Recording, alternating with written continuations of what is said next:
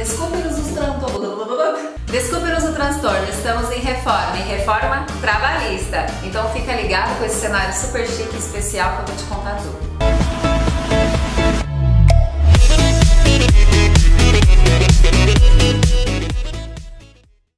Bem-vindo ao Passa no RH, o canal mais sem partido do YouTube. Hoje a gente vai falar sobre reforma trabalhista. Mas já aproveitando, dá um joinha aí no vídeo, ativa suas notificações que fica logo abaixo do seu vídeo, se inscreve no canal, compartilha com seus amigos e saiba mais sobre a reforma trabalhista.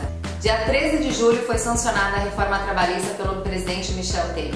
A partir do dia 13 de julho, contando 120 dias, que dá dia 11 de novembro, tudo que foi aprovado passa a valer, exceto o que for aprovado como medida provisória. O que não mudou com a reforma trabalhista? Então, assim, os seus direitos em relação a fundo de garantia, a benefício previdenciário, a salário mínimo, 13º, licença maternidade, nada disso mudou, continua da forma como sempre foi. As gestantes e lactantes que trabalham em locais insalubres, que são locais que têm risco à sua saúde, se o grau for alto, elas não podem trabalhar nesse local e tem que mudar de função naquele período. Agora, se o grau for mínimo e médio, ela só pode ser afastada da atividade insalubre mediante atestado médico. Autônomos. A lei prevê agora que os autônomos eles podem ter contratos de exclusividade e de continuidade com as empresas sem que isso caracterize vínculo empregatício. Ou seja, que no futuro ele possa pedir lá na justiça vínculo empregatício e aí pedir todos os direitos trabalhistas com aquela empresa. Não, ele tendo um contrato de autônomo, isso vai ser válido e vai ser pago de acordo com o contrato de autônomo dele. Contribuição sindical, que é aquele imposto que você tem desconto de um dia de salário uma vez por ano. Não é mais obrigatório, a partir de agora você pode gastar esse dinheiro com você mesmo. As negociações coletivas que são negociadas entre sindicato e empresa, essas prevalecem a CLT, exceto sobre alguns itens. Por exemplo, salário mínimo, remuneração de trabalho noturno, repouso semanal remunerado, remuneração do serviço extraordinário, que é a hora extra, número de dias de férias, saúde, segurança e higiene do trabalho, fundo de garantia, 13º salário, seguro-desemprego, salário família, licença maternidade de 120 dias. Nada disso pode ser negociado. O restante sim. Aquilo que for negociado entre sindicato e empresa prevalece as regras da CLT. Férias! É outro assunto que mudou aqui. Agora você pode fracionar suas férias em 3 períodos, sendo que um deles não pode ser inferior a 14 dias e os outros 2 não podem ser inferior a 5 dias. Também mudou para as pessoas que têm acima de 50 anos de idade e menores de 18 anos de idade, que na regra anterior não poderiam fracionar. Agora pode, estar todo mundo liberado.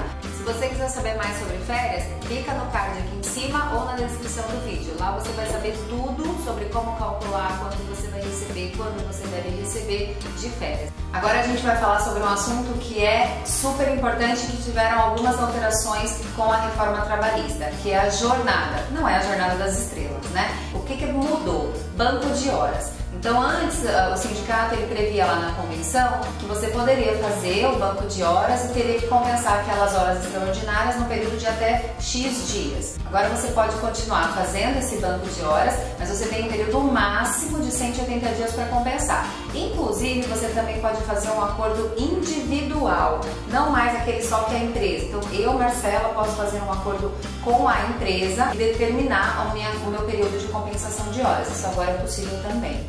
Ainda falando da jornada, tem as horas itinerary, que isso mudou também. O que são essas horas? É aquele período, é o percurso entre a sua residência e o local de trabalho. Geralmente isso era considerado naquelas empresas que oferecem até fretado, porque o local do trabalho é um local muito distante da cidade. Então essas horas, como a pessoa às vezes tinha que sair muito cedo de casa para poder chegar no trabalho, eram consideradas também como horas trabalhadas. Isso não acontece mais. As horas consideradas como trabalhadas são aquelas efetivamente trabalhadas. Chegou na empresa, marcou seu ponto, saiu da empresa, marcou o ponto de saída, é isso que está valendo. Intervalo intra-jornada, que é o famoso horário de almoço, horário de janta, que é aquele horário que é 1 hora para refeição e descanso dentro da sua jornada de trabalho. Então antes a gente tinha 1 hora se você cumpre uma carga horária de 8 horas por dia.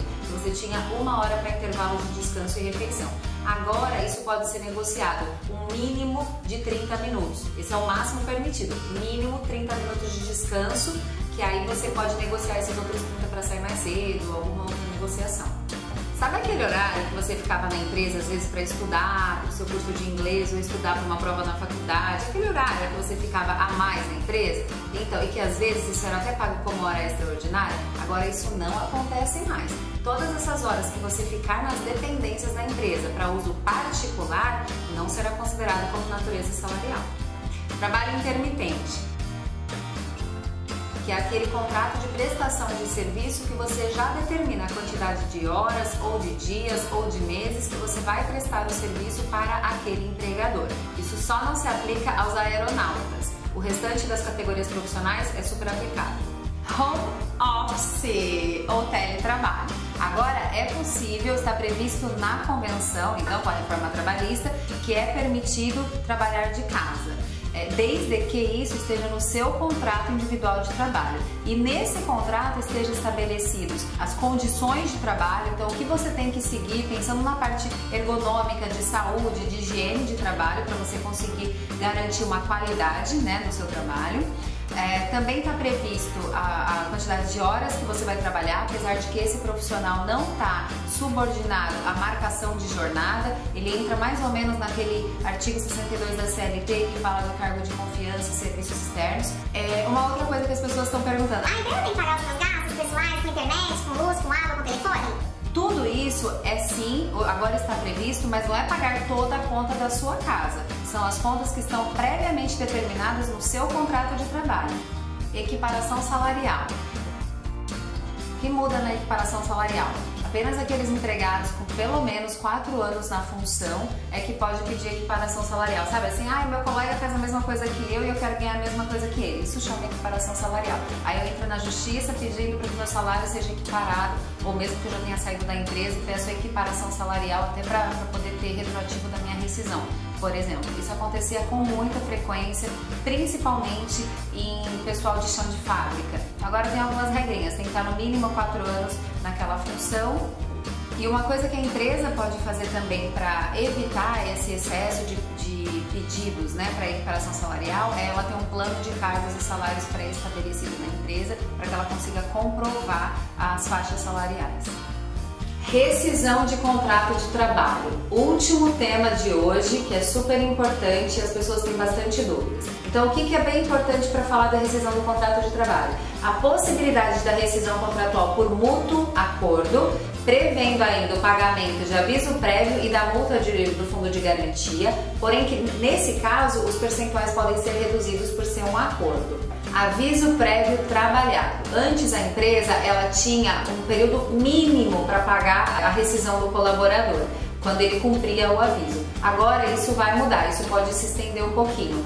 Funcionários acima de 12 meses de trabalho na empresa, quando eles eram desligados, era obrigado a ter a homologação do sindicato. Agora isso não é mais obrigado. Então, se o empregado fala, não, eu não quero, eu confio na empresa, está tudo certo, que a empresa me pagou exatamente o que eu precisava receber, precisa mais agendar um dia lá no sindicato para você poder fazer a homologação. Isso pode ser feito então na própria empresa. O que isso ganha tempo? Porque as pessoas conseguiam, né, sacar o fundo de garantia depois da rescisão homologada. Agora não mais. Se você já quer sacar o seu fundo de garantia e você já assinou a sua rescisão na empresa, tá ok, aquele documento vai ser válido.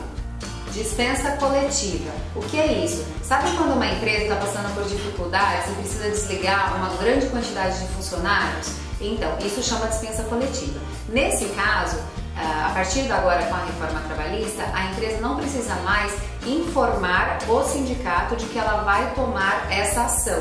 Antigamente era obrigatório ter uma negociação expressa com o sindicato para que isso pudesse ser feito. Agora não mais.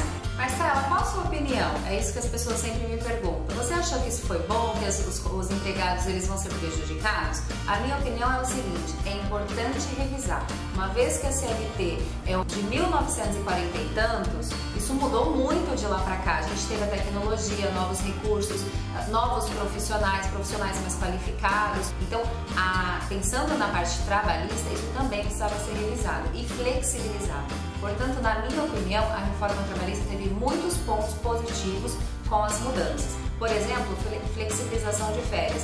Hoje você pode tirar 15 dias de férias em janeiro e em julho, se você tem filhos e aí tem as férias escolares. Isso para você como empregado vai ser muito bom. Home office.